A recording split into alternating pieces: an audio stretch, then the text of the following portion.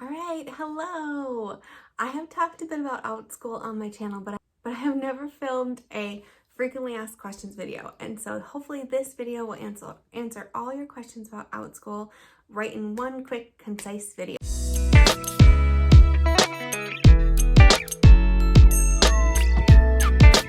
going to talk about 4 things. I'm going to talk about what is Outschool, how do you apply, the kinds of classes you can teach, and the pay. If you have any more questions after listening to this video, drop them in the comments. So first of all, number 1, what is it? It is an online platform where you create a class and you put it on Outschool and they promote it for you. So you create the type of class, you create the class size, you create your price, and Outschool handles all the payments and Outschool promotes for you. So they do the marketing. These are classes that will be held mostly on Zoom. So if you're familiar with Zoom, you already know the platform. And you start at the Outschool website and they send you to Zoom. So everything's all in one nice package. It's just so easy to use. Basically, if you have a passion to teach anything, Outschool can be your vehicle to get there. Let's dive in. First of all, you need to know it's an American company and it is a global company. So you'll teach students from all over the world. You do not have to teach like during American time zones. Whatever works for your schedule to teach, like if evenings work best for you, you can list classes in the evening. If early mornings work best for you, you can list classes in the morning. So whatever works, it's so flexible. I want to tell you, you are an independent contractor with this job.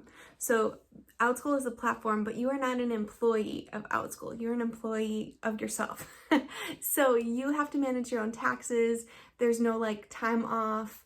If you don't work, you don't get paid. So just keep that in mind too. Like when you're thinking about how much you'll be making, you need to factor in that you'll be making or setting aside your own taxes, and there's no benefits and that kind of thing.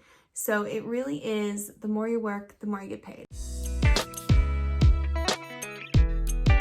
Let's jump into the application process. First of all, let me give you paint a picture of some of the kinds of classes you can teach.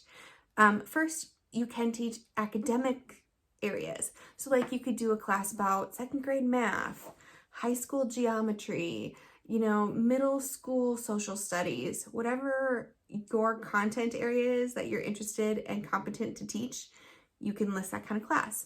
There's also like life skills classes, like cooking classes, budgeting classes. There's also languages, so like academic, life skill, languages. Then there's also like hobbies. This is where they do not require a degree because you can just teach about your hobby. Like I know a teacher who really loves juggling and he does a juggling class. There's a teacher who really loves sailing, like on a sailboat, and she teaches a sailing class. I mean, anything. There's also like clubs and discussion groups. So if you really like Legos, you could teach a Lego club and teach kids how to build creative things with Legos.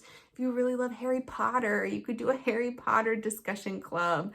I mean, whatever your niche, whatever it is, that is the kind of class you will want to teach. So when you're ready to apply and you're like thinking through the kinds of classes you'll teach, the first thing you should know to apply is you don't need a degree. You just need to be able to present a quality class. Let me read to you what they say about a degree. They say, no, many adults can offer rewarding classes with or without a degree, but teachers need to be able to meet the standards. So their standards for hiring, these are their standards. You need to be prompt and professional. Your classes need to meet the class content policy. Classes need to be objective. You need to have strong internet. Obviously, if you're going to teach a class online, you need to have reliable internet. You need to be able to run an online classroom. So you need to have strong command of English so that you can communicate with parents and students well. Pass background check, be 18 plus, and there are residential rules. So you have to be living in one of these places: the USA, Canada, Australia, New Zealand, or the UK. All right, so when you apply, you'll fill out an online form asking questions about you, and then you'll record a short video. That's where you'll introduce yourself and the types of classes that you'll be wanting to teach. So make sure that you have a clear idea when you apply of what kind of classes you'd like to teach.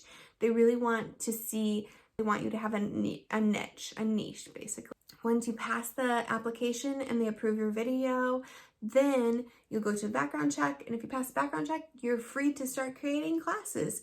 And as soon as you get your first class approved, you can teach. Let's talk about number 3, the types of classes that you can teach on Outschool. There are 4 formats for different kinds of classes. The first is just a one-time class. Second is a multi-day class. This is like a one-time class, except it's a series. So like basically if you can't fit your content into one class, you need to spread it out in a series. This is a multi-day class. The third type of class is an ongoing class. Now this is a really fun kind of class. It is whatever time frame you set for it. Maybe it's like once a week class or twice a week class. It just keeps going and going, ongoing, and parents will subscribe for their students, and then they'll take your class and they can jump in and jump out throughout the time frame, whatever works for them. So for example, my other daughter took a Lego ongoing class. She jumped in, and each week there was a theme of what to build with your Legos and present with your Legos. And then when our schedule changed and we were done with the class, you just unsubscribe and then another student can fill that spot. So it's just an ongoing. It's great for any kind of class where the content never ends.